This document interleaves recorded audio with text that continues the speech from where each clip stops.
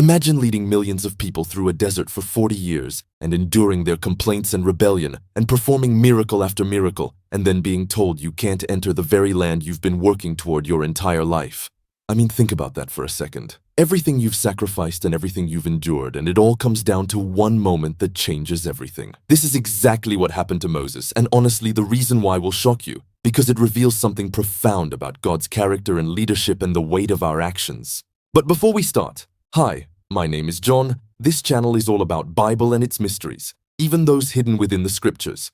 So if you're interested in this kind of content, don't forget to subscribe. I make new content almost every day.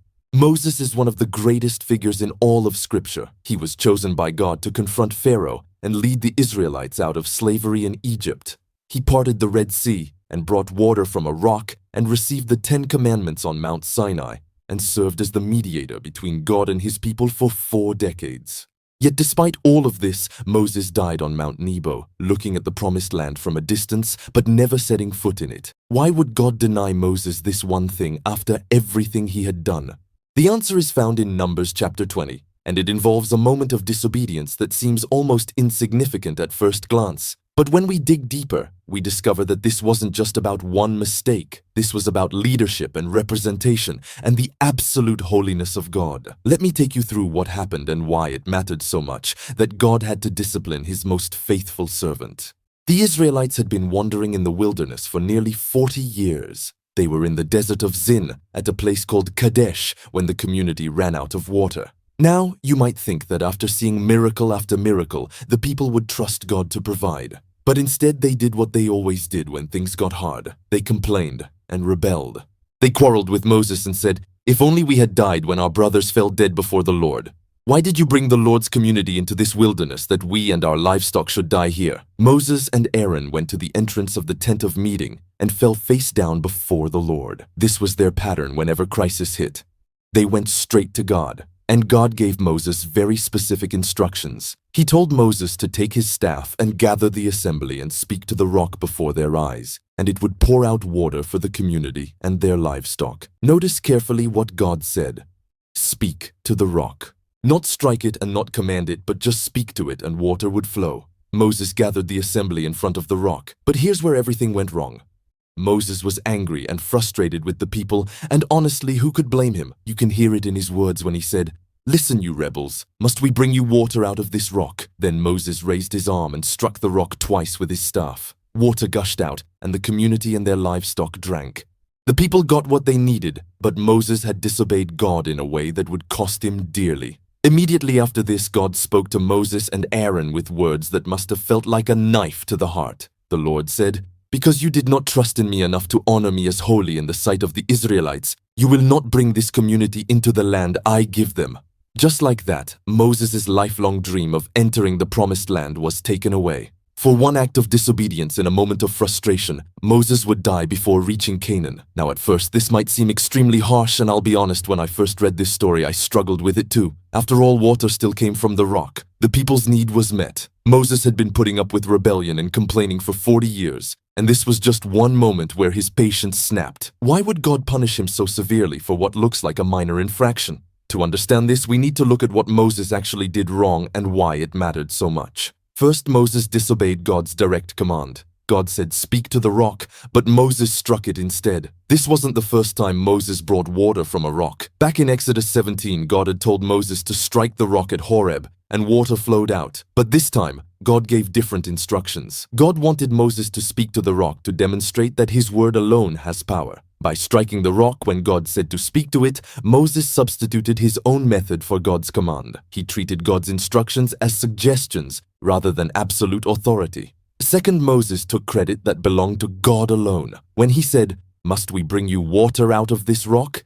he made it sound like he and Aaron were the source of the miracle. The focus shifted from God's power to human ability. Moses was supposed to be representing God to the people, but in that moment, he represented himself. For a leader in Moses' position, this was a serious failure because everything he did was meant to point people to God's glory and power. Third, Moses acted in anger rather than faith. The text says he struck the rock in frustration with the people.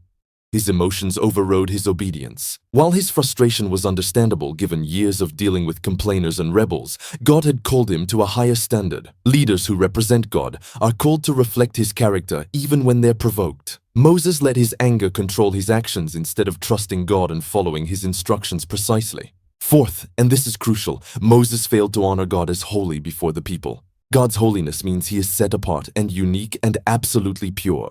Everything about how God is represented to people matters because it shapes their understanding of who he is. When Moses struck the rock in anger and took credit for the miracle, he diminished God's holiness in the eyes of the Israelites. He made God seem less majestic and less powerful and less worthy of reverence than he truly is. There's also a deeper prophetic layer to this story. Many biblical scholars see the rock as a symbol of Christ. Paul even says in 1 Corinthians 10:4 that the Israelites drank from the spiritual rock that accompanied them, and that rock was Christ. In Exodus 17, the rock was struck once and water flowed, just as Christ was struck once on the cross, and living water flows to all who believe. By striking the rock a second time when God said only to speak to it, Moses corrupted the prophetic picture.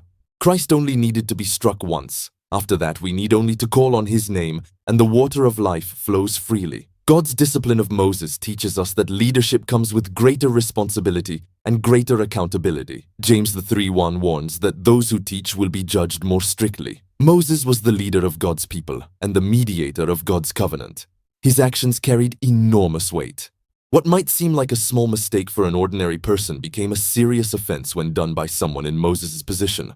God holds leaders to higher standards because their influence is greater and their failures affect more people. But here's what's remarkable about this story. Even though God disciplined Moses, he never rejected him. Moses remained God's servant and continued to lead Israel right up until his death. God still spoke to Moses face to face as a man speaks to his friend. When Moses died, God himself buried him, and no one knows where his grave is to this day. Moses even appeared with Elijah on the Mount of Transfiguration, talking with Jesus about his upcoming death in Jerusalem. So while Moses faced consequences for his disobedience, he never lost his relationship with God or his eternal reward. So why didn't Moses enter the Promised Land?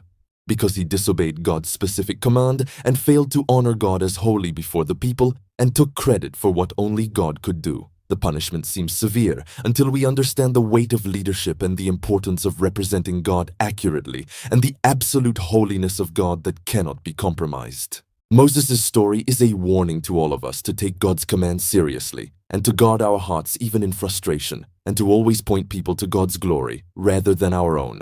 Thanks for watching. If this story gave you a new perspective on obedience and leadership, hit that like button and share it with someone who needs this reminder. Don't forget to subscribe so you never miss another deep dive into these powerful biblical truths that shape how we live and lead today. I'll see you in the next video, where we'll continue exploring the lessons hidden in Scripture's most memorable moments.